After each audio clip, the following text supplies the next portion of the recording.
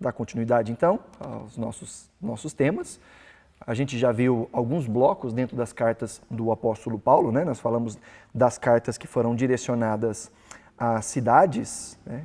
A igrejas em cidades. Depois a gente pensou aqui nesse subbloco, né? De Efésios, Filipenses, Colossenses e Filemão, como as cartas da prisão. Terminamos as cartas da prisão. E na semana passada nós terminamos este último bloco de carta direcionado à igreja. E hoje nós vamos pensar em cartas que foram direcionadas a indivíduos. Esse grupinho aqui, das duas cartas escritas a Timóteo e a carta escrita a Tito, também é chamado de epístolas pastorais, ou cartas pastorais. Alguns tentam colocar Filemão também nesse grupo, de uma perspectiva de que é uma palavra de Paulo como um pastor a indivíduos. Mas isso é pouco usado. A ideia de epístola pastoral é que elas são direcionadas a indivíduos que estão sob responsabilidade de pastores. Ou melhor, que são aqueles que vão constituir pastores. Timóteo fica responsável por Éfeso.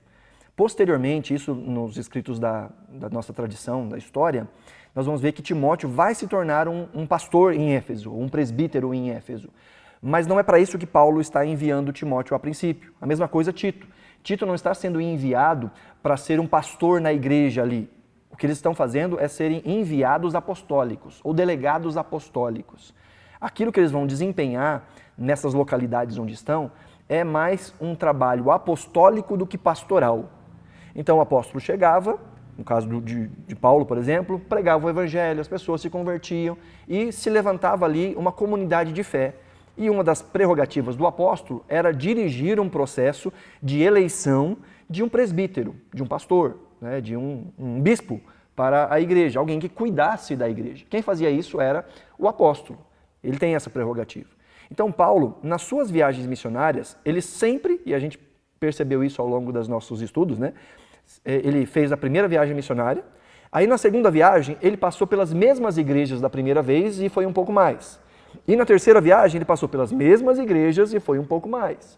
Porque uma das formas que Paulo fazia esse processo de fundamentação da igreja na cidade era por meio da sua presença física. Outras formas de prerrogativas apostólicas para os lugares era por meio das cartas. Então Paulo também fez isso por meio de cartas. E uma outra forma dessa autoridade ser fundamentada ali na localidade era por meio dos emissários, por meio daqueles que eram enviados ou deixados em determinada localidade por um apóstolo.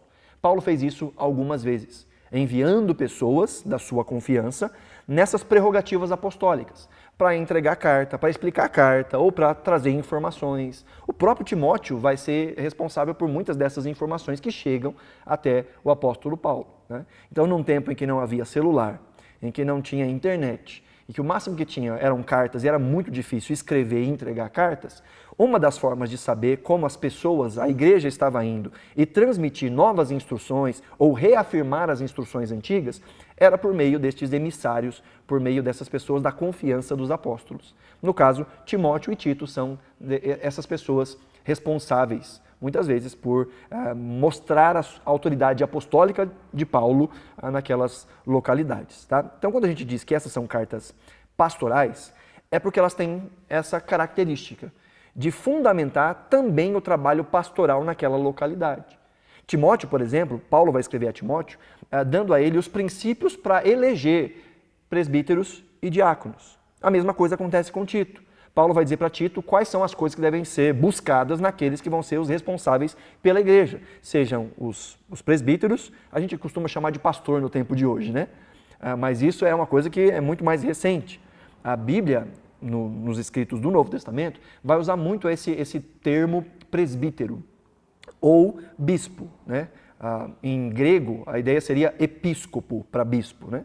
Epi significa do alto, escopo significa enxergar, olhar, ver alguma coisa. Então, a ideia de episcopo é aquele que enxerga do alto, ou o que a gente chamaria hoje de um supervisor, aquele que vê as situações de uma postura que consegue lidar e julgar com certas causas.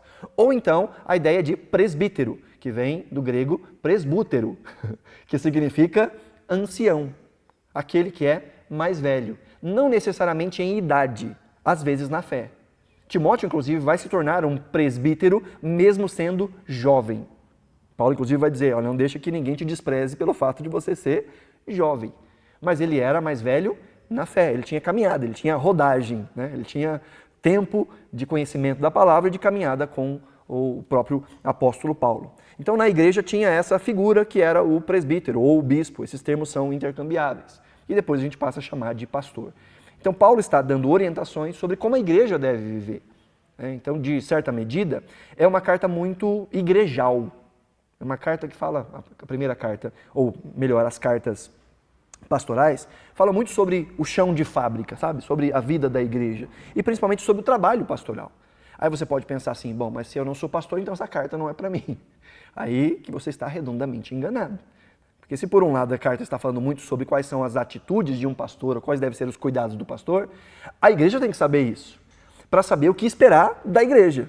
Às vezes a gente tem algumas expectativas irreais a respeito da igreja. A gente não sabe para que serve uma igreja. Às vezes a gente não sabe para que serve um pastor, né? Então é importante nós sabermos do que é que aqueles que estão numa posição de autoridade sobre a igreja, quais são as suas necessidades, as suas prerrogativas, para que a gente possa saber até o que cobrar, né? E saber também o que exigir enquanto povo de Deus. Se nós soubéssemos de fato para que serve um pastor, a gente não estava nesse problema evangélico que a gente sofre nos dias de hoje. Sabe, de gente falando um monte de asneira em nome de Deus e a igreja não barrando esse tipo de coisa. Porque o pastor não tem essa autoridade de falar o que ele quer da cabeça dele. E a igreja tem, inclusive, essa liberdade e essa autoridade para apontar os erros que precisam ser corrigidos, inclusive no pastor. E a carta que Paulo escreve a Timóteo trata, inclusive, disso. Inclusive, de expor os pecados e os erros, a correção de uma pessoa na posição de um pastor, ela é diferente da correção de uma pessoa da igreja, sabia disso? Quando Jesus fala a respeito de como lidar com os pecados do povo de Deus, ele fala, se um irmão pecar e ele não se arrepender, você vai lá, lembra dessa passagem? Mateus 19. Você vai lá e repreende esse irmão. Se ele te ouvir, você ganhou o irmão. Se ele não te ouvir, o que faz? Lembra do processo? Vai lá e chama os 2 irmãos da igreja. Que pela palavra de 2 ou 3 testemunhas seja confirmada toda a verdade. E aí você chama estes, repreende ele de novo, exorta de novo. Se ele ouvir, beleza. E se ele não ouvir? Aí chama a igreja. Essa é a hora de trazer o pecado a público. Chama a igreja. E se ele não ouvir a igreja, diz Jesus, que ele seja tratado como um pagão. Ou seja, ele não faz parte do nosso povo. Esse é o processo na vida do povo de Deus. Paulo vai dizer para Timóteo que com pastor o negócio não funciona assim, não. Com pastor é tratado em público, de cara. E Paulo, inclusive, diz, para que isso seja um exemplo para a comunidade. Então, o pastor pecou e foi pego em pecado flagrante, isso tem que ser tratado publicamente. Será que se a igreja soubesse desses deveres, não são direitos, deveres, será que a gente estava na bagunça que a gente está hoje no que diz respeito a igrejas? Tem um caso que está rolando aí, recentemente, de uma suspeita de abuso de uma criança cometida por um pastor, e tem todo mundo tentando encobertar de um lado e de outro, assim, um negócio horrível. E gente de todo lado não querendo expor. Gente que tem provas, sabe? Gente que participou de momentos em que aquilo foi confessado e as pessoas não querem se expor porque ai daquele que toca no ungido de Deus, né? Então vão pegando textos fora de contexto para todo tipo de vivência tóxica dentro da igreja. Então a carta que Paulo escreve a Timóteo e a Tito são cartas extremamente esclarecedoras a respeito das responsabilidades, mas também dos deveres e dos direitos da igreja em relação às suas lideranças espirituais. Bom, então vamos aí pensar nessa primeira carta de Paulo a Timóteo, e aqui a gente já vê na saudação, como é de costume, 1 Timóteo 1, versos 1 e 2, Paulo sempre se mostra, ou na verdade essa é a estrutura das cartas antigas, quem é o destinatário, quem é o remetente, quem é o destinatário e uma saudação. E Paulo, com a sua famosa saudação, né, dizendo que ele é apóstolo de Cristo Jesus, por ordem de Deus, o nosso Salvador, e de Jesus Cristo, a nossa esperança, a Timóteo, a quem ele chama de verdadeiro filho na fé. E ele diz que a graça, a misericórdia e a paz da parte de Deus Pai e de Cristo Jesus, o nosso Senhor, estejam com você. Então aqui nessa abertura a gente já vê um endereçamento, a gente vai trabalhar mais ou menos nisso. Quem é esse Timóteo? Quem é esse Timóteo ao qual Paulo está escrevendo? E qual é o relacionamento de Paulo com esse Timóteo? E a gente já vê isso dito aqui bem na introdução. Só lembrando que Timóteo passa a fazer parte da caravana de Paulo a partir de Atos capítulo 16, durante a segunda viagem missionária do apóstolo Paulo. Na primeira viagem missionária, ele passa pela região da Galácia, né? Tem aqui o mapinha, a região da Galácia, que é Icônio, Derbe, Listra. Na primeira viagem, eles vieram por baixo aqui, né? Eles saíram aqui de Jerusalém e vieram por aqui, chegando em Antioquia da Psídia e aqui nessa região que a gente conhece como Galácia. Na segunda viagem missionária, depois daquela treta que teve entre Paulo e Barnabé, lembra? Que eles queriam levar o Marcos, aí não vai levar, e aí separa Paulo e Silas por um lado, Barnabé e Marcos por outro lado. Aí então Paulo, em vez de voltar pela mesma rota, vem por cima, né?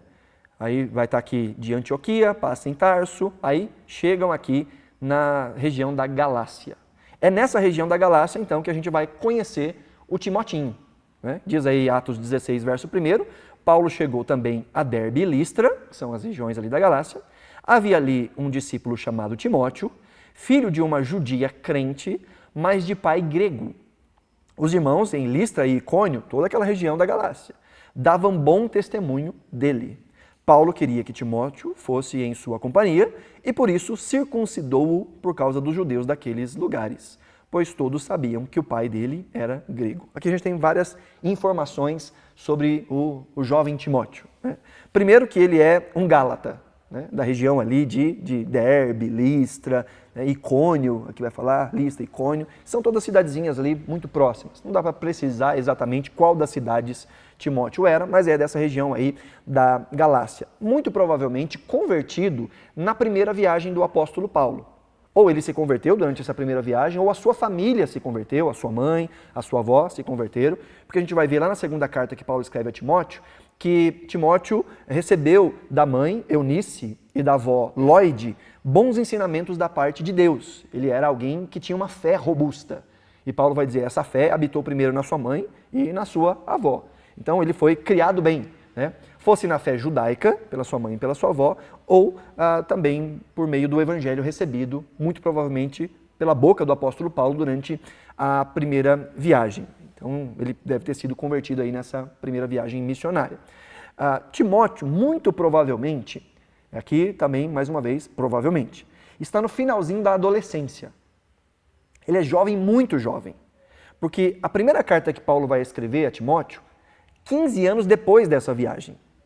E nessa primeira carta, 15 anos depois, Paulo diz, não deixe ninguém te desprezar pelo fato de você ser jovem. Se 15 anos depois ele era jovem, né? 15 anos antes ele era muito jovem, né? Provavelmente aí por volta dos seus 15, 16 anos, no finalzinho da sua adolescência, já sendo encarado inclusive como um homem na cultura antiga. Os adolescentes, não tinha adolescência no mundo antigo, adolescência é coisa de agora, né? Então, inclusive, tentando prorrogar a adolescência para os 22, 23 anos. Estou falando que a adolescência está chegando nos 23 anos agora. Isso explica muita coisa, mas essa é uma outra história. Mas no mundo antigo não tinha isso. Era criança, ou melhor, mini adulto e depois adulto, né? Então, o judeu, com 12 anos, ele fazia seu bar mitzvah, 13 anos na verdade, seu bar mitzvah, que era a primeira vez que ele ia ler publicamente a Torá, né? Então ele era considerado um homem. A partir de então, responsabilidade de homem. Era nessa época que, inclusive, começavam os casamentos arranjados, embora ia ser consumado muito tempo depois, mas já ficava prometido os dois indivíduos ali, né? E aí, quando chegava no tempo, aqueles dois que já eram noivos se casavam de fato. É isso que aconteceu mais ou menos ali com Maria e José. Lembra que Maria estava noiva de José, mas já era considerada casada. Ainda não tinham consumado o casamento, não moravam juntos, mas ela estava nessa posição intermediária. Então, a juventude começava muito cedo. E Timóteo é esse que é encarado 15 anos depois como sendo ainda um jovem aprendiz, um jovem diante da igreja. Então, muito provavelmente, Timóteo entra na caravana de Paulo por volta aí dos seus 15, 16 anos, no finalzinho da adolescência. Tá? Ele era um judeu misto. O que isso quer dizer, né? A mãe dele era uma judia. A ideia de judia crente é alguém que era do povo de Israel, judeu de nascimento, e que ouviu o evangelho e se converteu ao evangelho de Jesus Cristo, muito provavelmente durante a primeira viagem do apóstolo Paulo. Mas o pai dele era grego. E a gente não tem mais nenhuma informação do pai de Timóteo. Não sabemos mais nada do pai de Timóteo. O que nós sabemos é que Timóteo não era circuncidado. E isso é importante. Primeiro porque Timóteo, sendo filho de uma judia, ele era judeu. A descendência judaica, ela passa pelo ventre judaico. Então, por ter nascido de uma mãe judia, ele era um judeu. Mas ele não era um judeu em exercício. Porque para você ser circuncidado na tradição judaica, quem leva o filho para ser circuncidado é o pai. Ou um rabino, a comunidade no seu entorno. A mãe, legalmente, socialmente, não podia fazer isso pelo filho. Então Timóteo, embora fosse um judeu, não tinha todos os direitos de um judeu. Ele até podia frequentar a sinagoga, mas não tinha todos os direitos que os homens circuncidados tinham numa sinagoga. Ele não podia ler a Torá publicamente, ele não podia pegar na Torá. Ele podia ouvir, mas não podia pegar. Podia falar em público. Ele não era contado como um homem dentro daquela comunidade. Para ter uma sinagoga, era necessário ter 10 homens adultos. Aí podia formar uma sinagoga. Se dependesse do Timóteo, não dava quórum, que Timóteo não contava como um homem judeu adulto. Então ele perdia vários privilégios. E isso reforça aquela ideia de que Timóteo aprendeu muito sobre Deus em casa, com a mãe Eunice e com a avó Lloyd. É o que Paulo vai ressaltar na segunda carta. A sua fé foi vista na sua avó e na sua mãe. Então alguém que cresceu conhecendo a Deus muito pela sua influência familiar. E, gente, isso aqui já dá um estudo, né? Isso aqui já ensina muita coisa. O papel dos pais na formação espiritual dos filhos, mas também o papel de uma mãe piedosa dentro de um lar onde o marido é um descrente, sabe? O que existe de mulheres que hoje são chamadas na sociedade de mãe solo, né?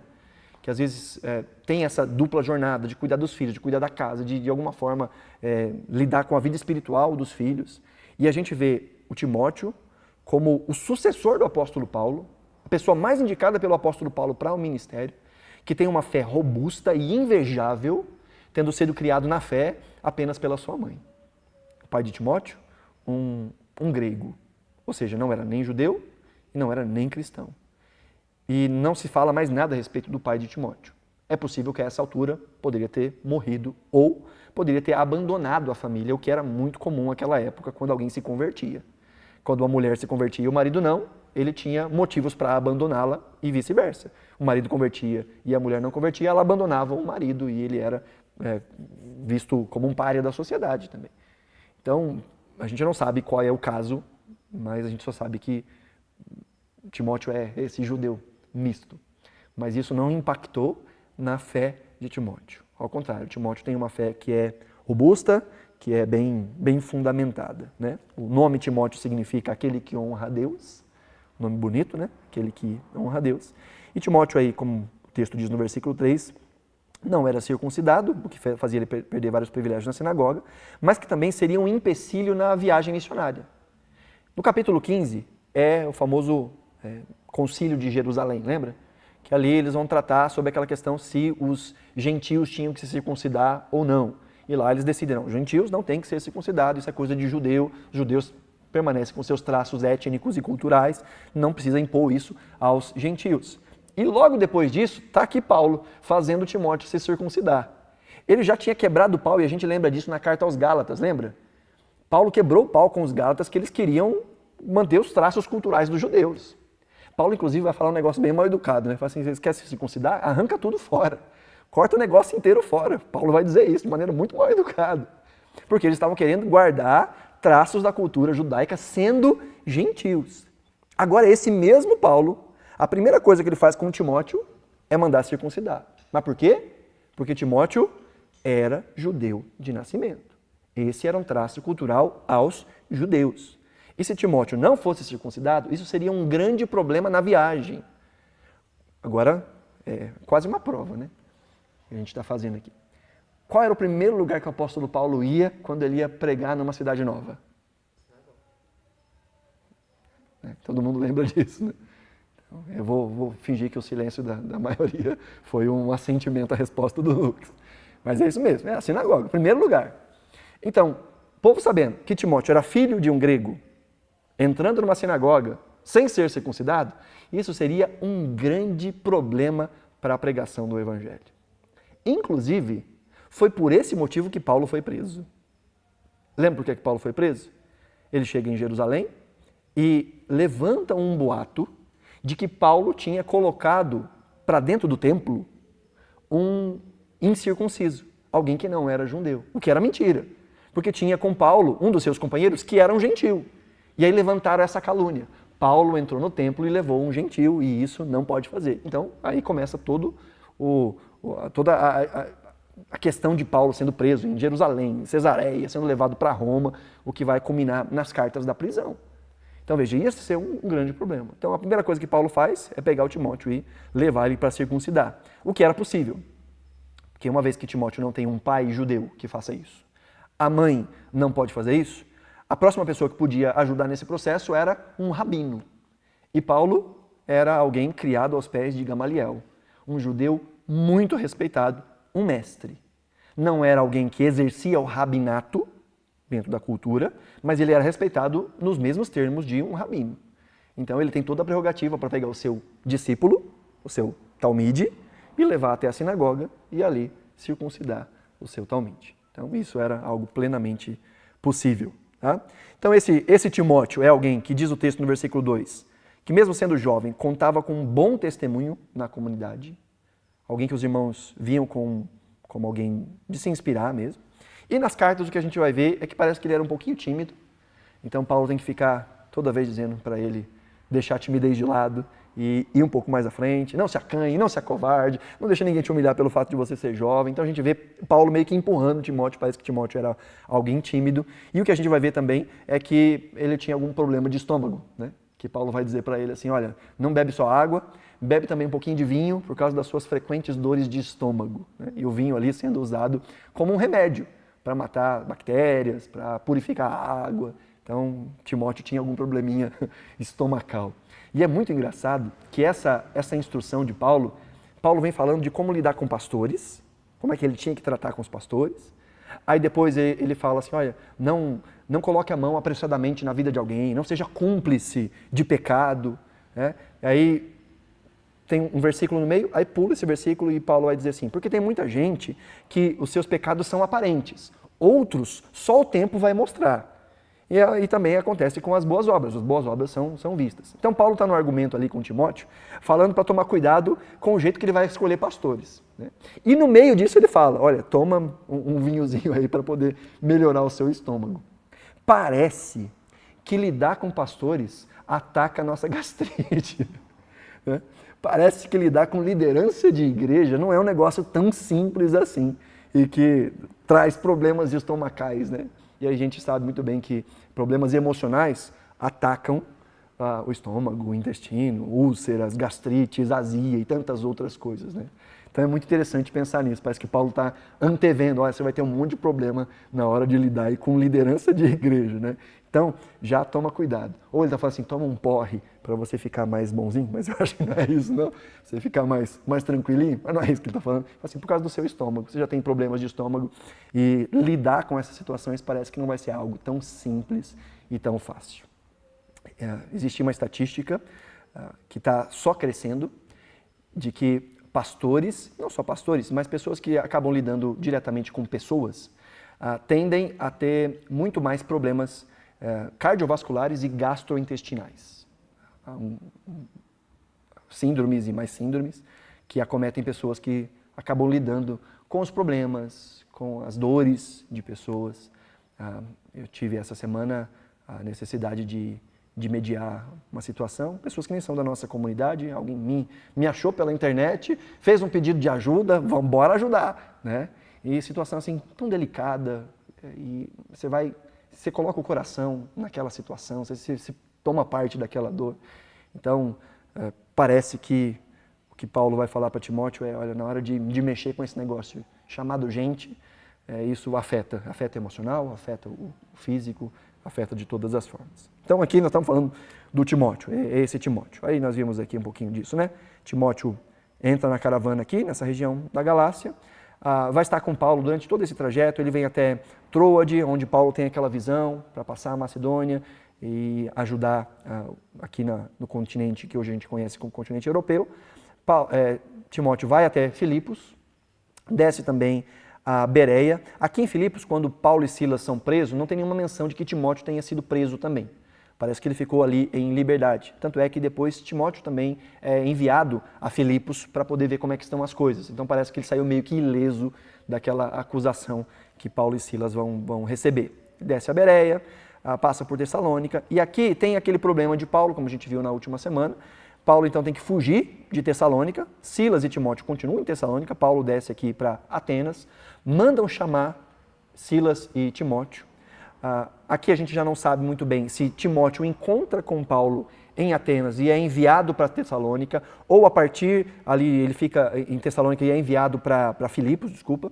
A gente não sabe muito bem qual é essa linha do tempo, mas o que acontece é que aqui, nesse momento em que Paulo está em Atenas, Timóteo vai para Tessalônica, está em Tessalônica, e ali ele vai ser um emissário de Paulo para confirmar a fé daqueles irmãos e vai então trazer notícias para o apóstolo Paulo. É nesse momento que acontece aquele capítulo 3 de Tessalonicenses, né? Em que Paulo diz assim, não suportando mais, achamos por bem ficar sozinho em Atenas e enviar a vocês Timóteo, o nosso irmão, para fortalecer a fé de vocês. Enquanto Paulo está em Atenas, que isso acontece, que Timóteo vai para Tessalônica. Tá? Depois Paulo desce a Corinto, onde ele vai se encontrar novamente com Silas e com Timóteo. É mais ou menos por aí a caminhada dessa segunda viagem missionária. E quem é esse Timóteo no que diz respeito a esse relacionamento com Paulo? Paulo chama ele de uma maneira muito carinhosa. Diz que ele é um verdadeiro filho na fé. A relação de Paulo com Timóteo é uma relação muito especial. Ele demonstra muito carinho, não só nessas cartas direcionadas diretamente a Timóteo, mas em outras cartas a gente vê esses traços de como Paulo tratava Timóteo como um filho de fato. Muito provavelmente Timóteo bem mais jovem que o apóstolo Paulo, então Paulo tinha esse sentimento de paizão com Timóteo. E é alguém de extrema confiança do apóstolo Paulo, extrema confiança, ao ponto de ser enviado para várias missões, ao ponto de que das 13 cartas que nós temos escritas pelo apóstolo Paulo, metade delas, 6 cartas, Paulo diz Paulo e Timóteo aos indivíduos fulanos. Então Paulo coloca Timóteo como seu coautor em metade das suas cartas. Se nós considerarmos que Hebreus também foi escrito pelo apóstolo Paulo, tem pelo menos 11 menções de Timóteo nessas 13 cartas escritas, mais Hebreus, pelo menos 11 delas Timóteo aparece de alguma forma. Ele é citado, Paulo fala uma coisa sobre ele. Então Timóteo é muito presente no ministério do apóstolo Paulo e é de fato alguém aí a quem Paulo tem não só um apreço, mas uma confiança, ao ponto dele ser visto como sendo esse sucessor mais provável do apóstolo Paulo. Então ele é enviado, como a gente viu, ele foi enviado para Filipos, para uma diligência. Ele é enviado, por exemplo, para Coríntios. Olha o que Paulo fala em 1 Coríntios 4,17. Ele diz, por essa causa, eu enviei até vocês Timóteo, que é o meu filho amado e fiel no Senhor, o qual fará com que vocês se lembrem dos meus caminhos em Cristo Jesus, como por toda parte ensino em cada igreja. É interessante que esse contexto desta carta, Paulo está falando para que os coríntios tenham bons exemplos e copiem bons exemplos. E ele vai dizer no versículo anterior, no versículo 16, ele diz, eu suplico que vocês sejam meus imitadores. E aí vem o verso 17. E pelo fato de eu suplicar que vocês sejam meus imitadores, eu estou enviando para vocês Timóteo, que é o meu filho amado. E diz, para que vocês lembrem dos meus caminhos. Entende essa lógica? Paulo está dizendo, vocês têm que viver com bons exemplos. Copiem os bons exemplos. Por exemplo, copiem o meu exemplo, Paulo está dizendo. E para que vocês possam se lembrar do meu exemplo, eu estou enviando Timóteo. Para que vocês lembrem como eu vivo. O que ele está dizendo?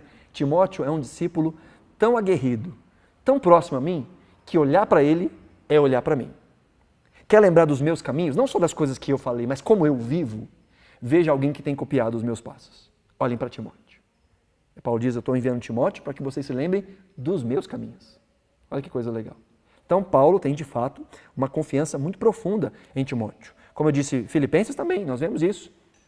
Paulo dizendo para os filipenses, espero no Senhor, Jesus, enviar-lhes Timóteo, o mais breve possível, a fim de que eu me sinta animado também ao receber as notícias de vocês. Porque não tenho, olha o testemunho de Paulo sobre Timóteo, porque não tenho ninguém como esse, com esse mesmo sentimento, e que se preocupe tão sinceramente por vocês. Paulo está dizendo, não dá para enviar outro que tenha um coração que Timóteo tem em relação a vocês. Mas ele diz, todos os outros buscam os seus próprios interesses e não os de Jesus Cristo. Quanto a Timóteo, vocês conhecem o seu caráter provado, pois serviu ao Evangelho junto comigo como um filho trabalha ao lado do pai. Portanto, este é quem eu espero enviar tão logo eu saiba como vai ficar a minha situação. Paulo estava preso, mas confio no Senhor que também eu mesmo em breve irei até aí. Paulo diz, eu quero ir ver vocês, mas enquanto eu não posso, estou enviando Timóteo, porque vocês conhecem Timóteo. Vocês sabem do caráter que Timóteo tem. E sabem que não existe outro que se importe tanto com vocês quanto Timóteo se importa. Ele vai dizer, olha, você sabe que todo mundo aí está olhando só para o seu próprio umbigo. Isso não acontece com Timóteo, não. Timóteo é alguém que ama vocês, então eu vou enviar a vocês, porque ele é alguém que serviu ao meu lado como um filho ao lado do seu pai. Então, Timóteo é visto aí em 2 Coríntios, em Filipenses, em Colossenses, em 1 Tessalonicenses, em 2 Tessalonicenses, em Filemão, como sendo coautor dessas cartas. E vai aparecer das 13 cartas de Paulo, em 11 delas Timóteo aparece. Timóteo é citado de alguma forma, mostrando então essa importância que Paulo dá a Timóteo. Inclusive, Hebreus, quando cita Timóteo, vai falar que Timóteo foi preso e depois foi libertado. A gente não sabe muito bem na cronologia como é que isso se encaixa, mas é bem depois da primeira prisão do apóstolo Paulo que Timóteo é aprisionado e é liberto. A tradição vai nos dizer que Timóteo vai morrer em Éfeso, onde, após a morte de Paulo, Timóteo fixou residência em Éfeso, onde ele se tornou então um presbítero em Éfeso, tornou um pastor em Éfeso. E como Éfeso tinha muitos templos pagãos, inclusive a Diana dos Efésios, né?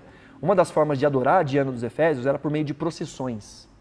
Então a história nos conta que em uma dessas procissões, Timóteo começou a pregar contra a idolatria e falar a respeito de Jesus, e o povo da procissão, irado com Timóteo, com paus e pedras, mata Timóteo. Então ele é apedrejado e morto a paulada por pregar o evangelho dentro da cidade de Éfeso. Esse é o fim de Timóteo. Alguém que deu literalmente a vida pelo evangelho, desde a sua adolescência, da sua juventude, inclusive morrendo por amor a Cristo. Então aqui no que diz respeito à ocasião em que essa carta foi escrita. Paulo está dizendo aí, 1 Timóteo 1,3, quando eu estava de viagem, rumo à Macedônia, pedi a você que ainda permanecesse em Éfeso para admoestar certas pessoas, a fim de que não ensinem outra doutrina. Paulo está dizendo o motivo da sua carta. Paulo diz, eu deixei você em Éfeso para que você possa combater a falsa doutrina, o falso ensino. Então ele vai escrever essa carta para reforçar isso. Esse registro a gente não tem em Atos. Essa viagem da qual Paulo está falando é depois do final de Atos. Paulo é preso, fica preso em Roma e termina Atos ali com Paulo preso em Roma. O que nós sabemos por indicativos das próprias cartas e também um pouco da história é que depois que Paulo foi preso, ele foi libertado. Ele inclusive fala isso em Filipos, que ele tinha expectativa de ser libertado. Então o que nós sabemos é que Paulo estava aqui em Roma, mas que depois ele vai descer a Éfeso, onde ele vai deixar Timóteo. Nós sabemos que ele foi a Creta, onde ele vai deixar Tito, e ele diz que está rumando para Macedônia. Então fala, Timóteo, enquanto eu fui para Macedônia, você ficou em Éfeso organizando algumas coisas. Então a gente sabe que depois da prisão de Paulo, pelo menos esses 3 lugares o apóstolo Paulo foi por indicativos da própria Escritura. O que a tradição vai nos dizer é que nessa 4ª viagem de Paulo, espontânea, Paulo inclusive vai chegar na Espanha. Tá? Espanha não como país Espanha, né? Mas Espanha com H, Espanha, que era toda essa região aqui, que compõe a Taraconse, a Bética e a Lusitânia, onde hoje é Portugal, né? Então todo esse território aqui era chamado de Espanha, com H. E aí depois vem o país Espanha, mas antes tudo era chamado de a província hispânica ou Espanha.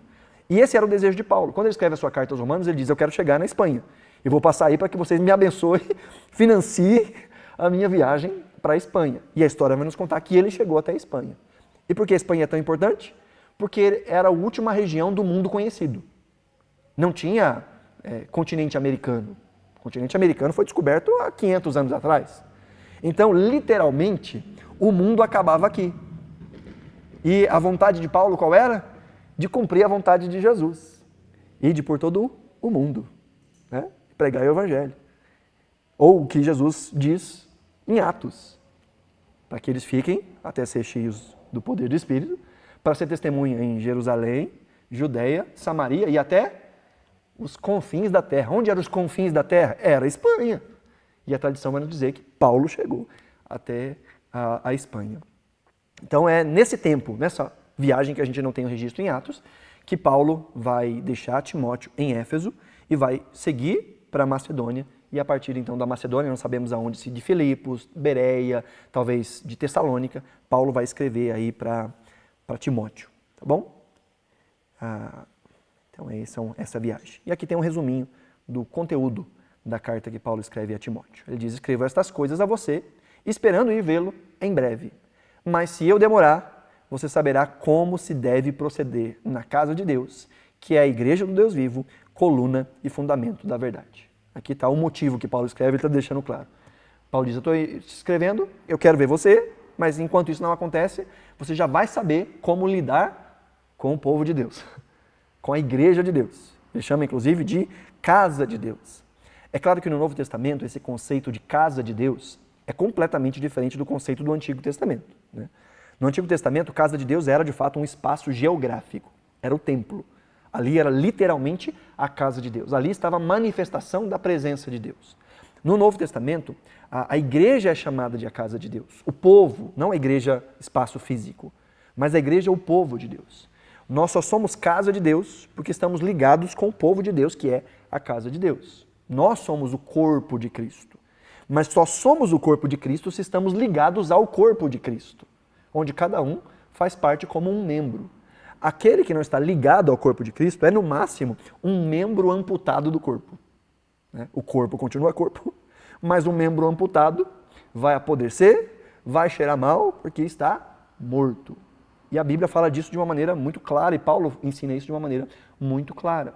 Então o que Paulo está dizendo é que este lugar, onde o povo de Deus se reúne, seja numa casa, seja num ambiente público, seja num espaço alugado, seja num espaço próprio. Ele diz: este lugar é casa de Deus, porque a casa de Deus está ali organizada, reunida. Né? Então Paulo está falando que vai deixar instruções de como proceder na casa de Deus, ou entre o povo de Deus, dizendo que essa é a igreja do Deus vivo e que ela é coluna e fundamento da verdade. Olha que termo lindo para falar a respeito da igreja, né? A igreja tem que ser este lugar, onde a verdade é vivida, onde a verdade é proclamada. A igreja tem que ser esse espaço. Paulo está dizendo que aquilo que faz com que a verdade continue a prevalecer no mundo, ou continue a ser perceptível no mundo, é por meio da igreja, por meio do povo de Deus. E a igreja não só reunida, mas principalmente a igreja dispersa. A igreja que se reúne para adorar e para ser instruída, mas que depois está dispersa nesse mundo, mostrando o caráter de Cristo nos seus atos, nas suas palavras e no seu modo de existir nesse mundo. Então, embora essa carta seja para falar de como a gente lida com as coisas dentro da comunidade da fé, o alvo final é de que isso impacte o mundo à nossa volta. É algo que trata de questões internas para que nós possamos ser luz no exterior, luz fora do saleiro. Né? Jesus disse que nós somos sal da terra e luz do mundo, não é isso? E é fácil ser sal dentro do saleiro. Difícil é ser sal fora do saleiro. Né? Então no saleiro a gente está tudo juntinho, bem salgadinho. Né? Se tem um menos salgado que o outro, aí compensa, né?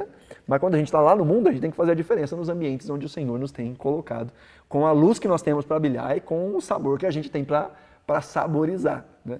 Então aqui Paulo está trazendo essas instruções para cuidar aqui da saúde da igreja. Mas não só da igreja, mas também para cuidar do próprio Timóteo, e há muitas instruções para o Timóteozinho aí. Tá?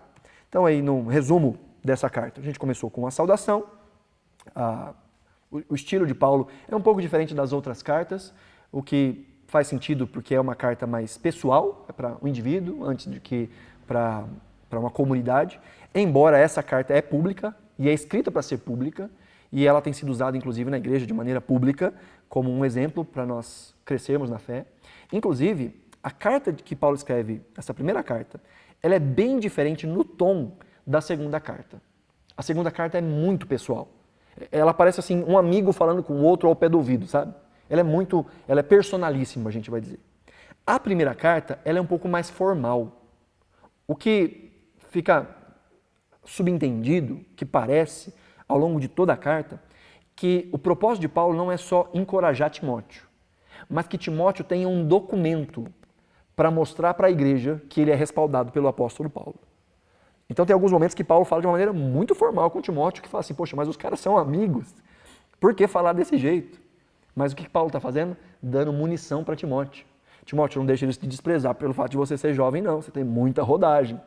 Então, Timóteo, o que vai poder fazer? Olha, o que eu estou fazendo não é coisa da minha cabeça. Está me chamando de jovem, mas o que eu estou fazendo foi o Paulão que mandou. E ele, inclusive, disse que vai vir aqui para resolver umas paradas. Mas enquanto ele não vem resolver, ele disse que já ia mandar uma carta para saber como proceder dentro da igreja.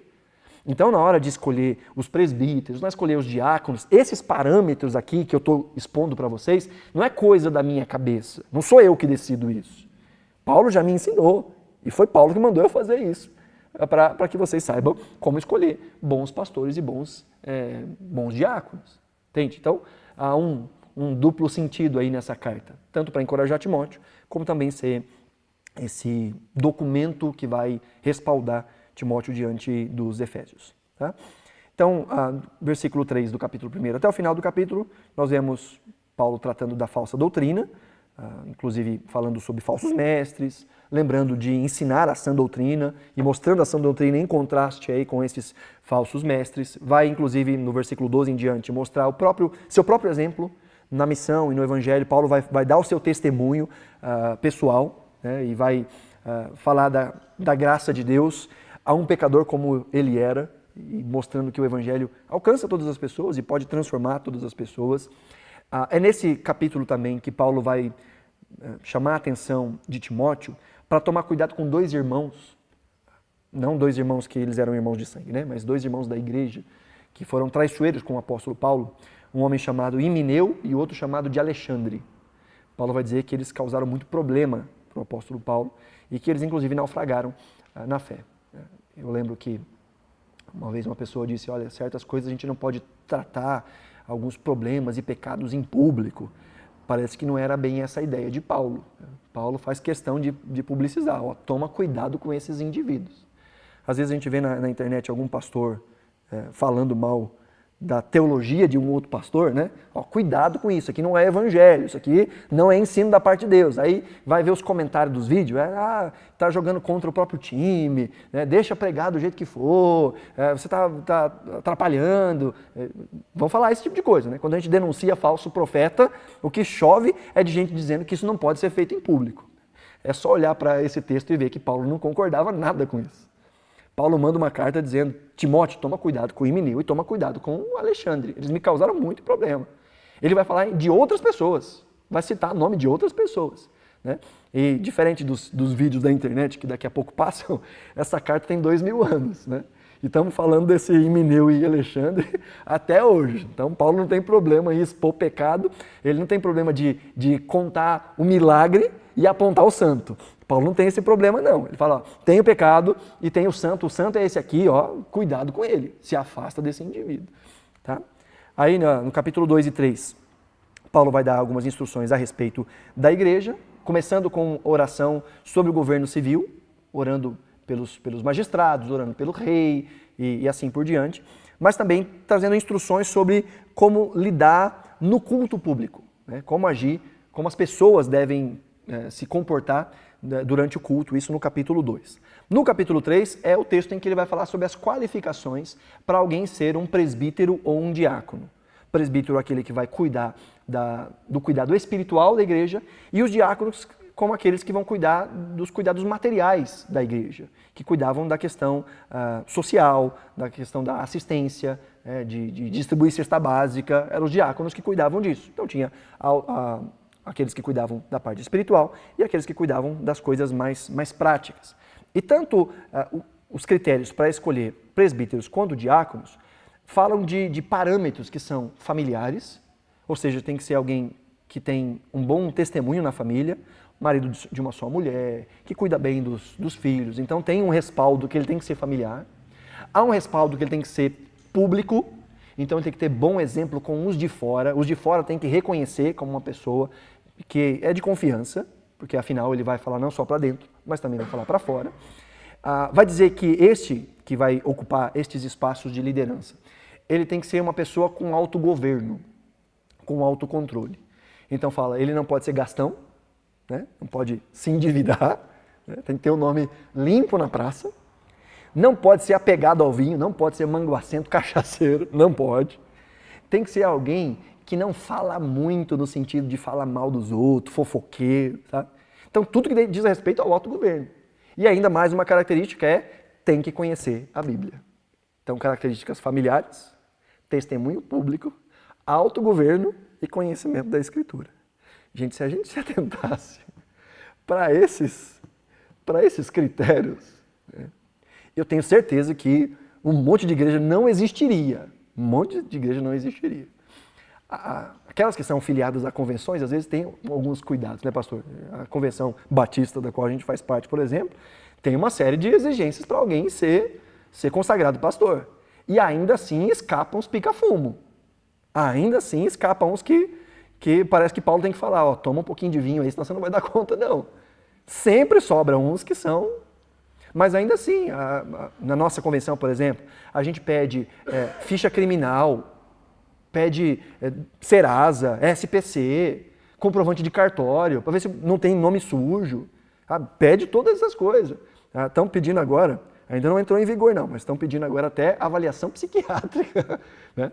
Pediram lá na Nacional para incluir isso nos processos, passar por um psiquiatra, não só para ser recebido como pastor, mas para todos os pastores, a cada 5 ou 10 anos, fazer uma avaliação psiquiátrica para ver se pode continuar no pastorado.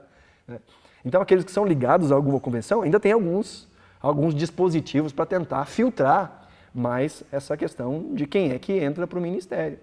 Mas a gente vive num tempo que o indivíduo acorda pela manhã e fala, eu sou pastor.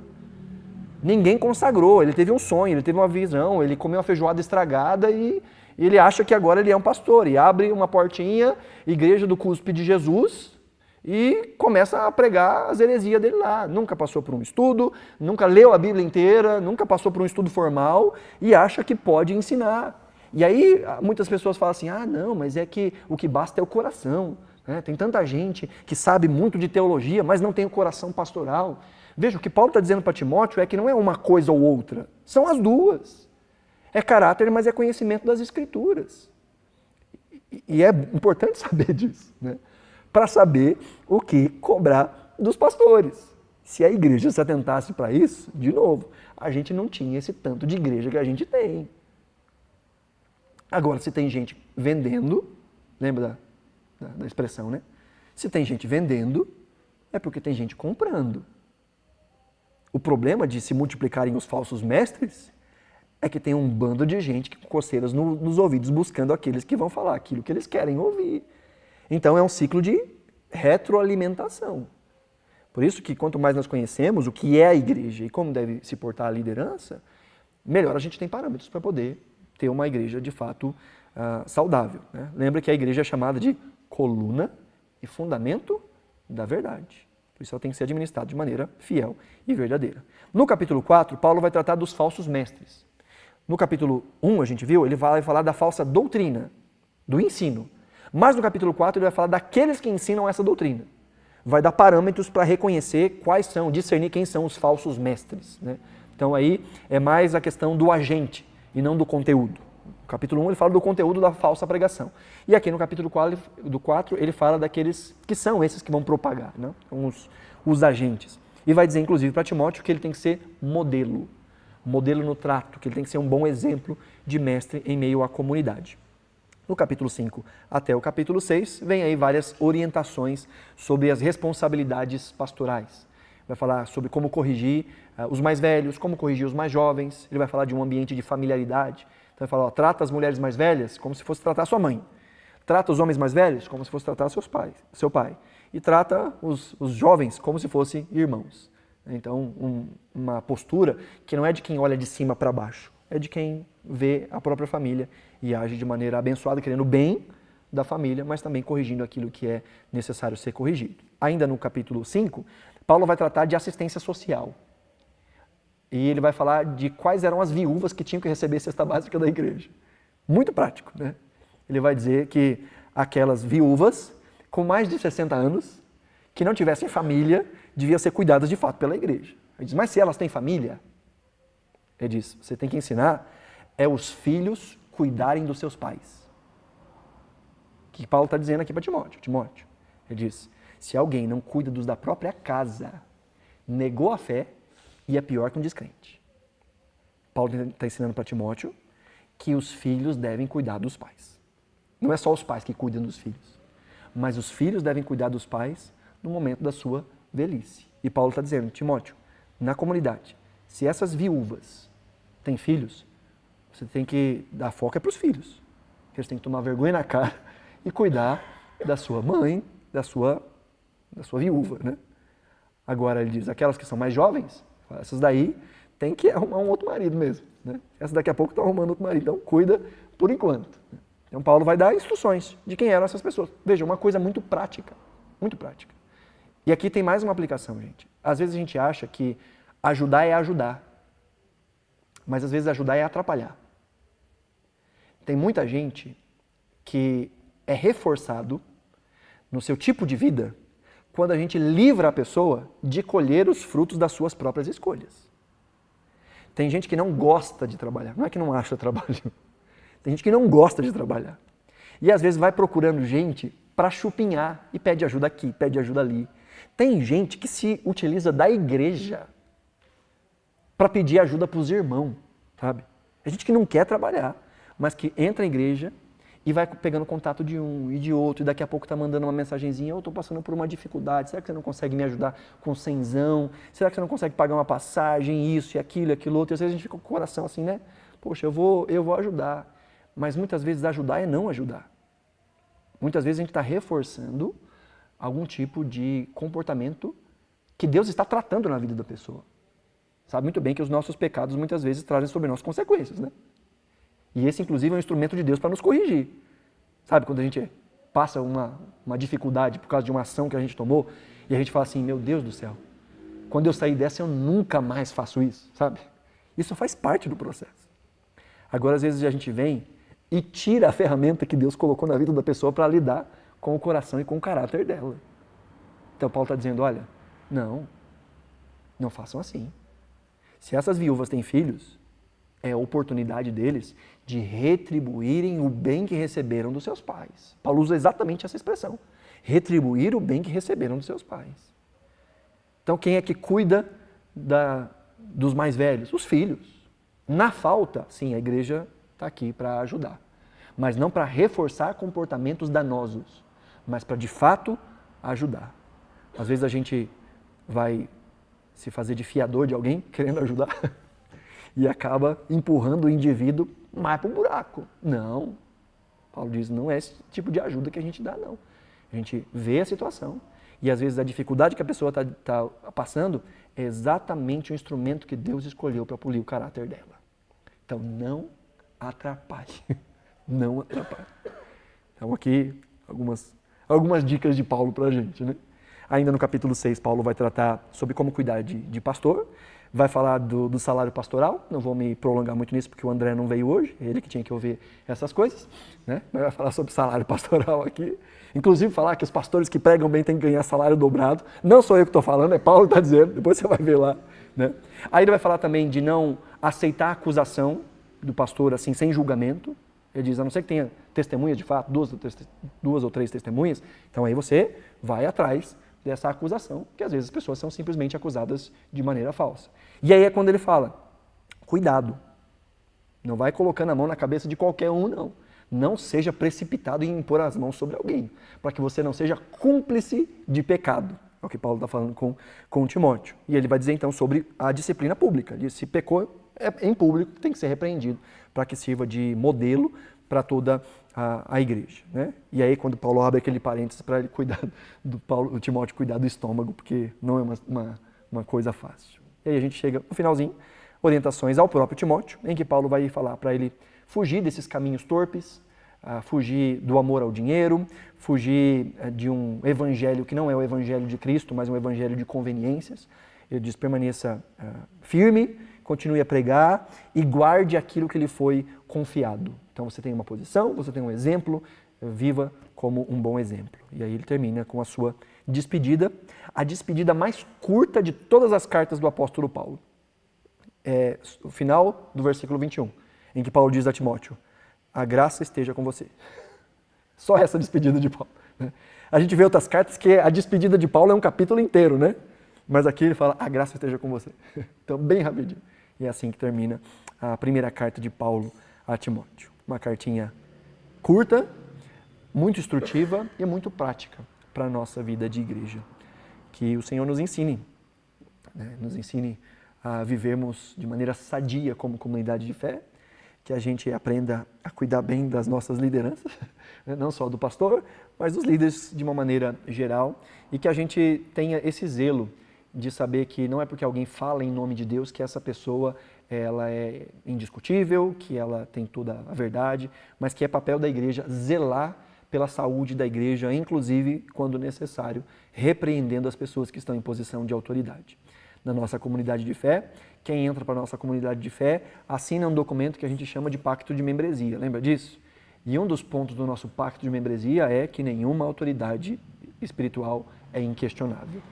Que nós temos liberdade, e não só direito, mas o dever de, com amor e com cuidado, exortar quando a gente percebe que os nossos líderes estão indo por um caminho que não é de acordo com a Escritura.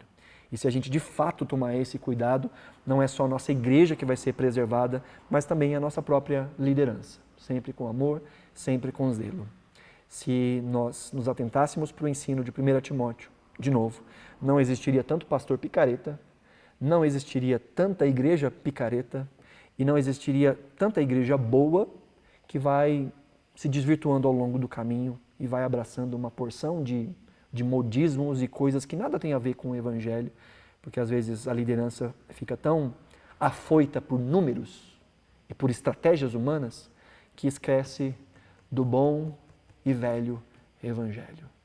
E é tarefa da igreja preservar a igreja. Que o Senhor tenha misericórdia dos pastores e que o Senhor tenha misericórdia da sua igreja e nos use a todos como instrumento dessa graça nesse mundo, no nome de Jesus.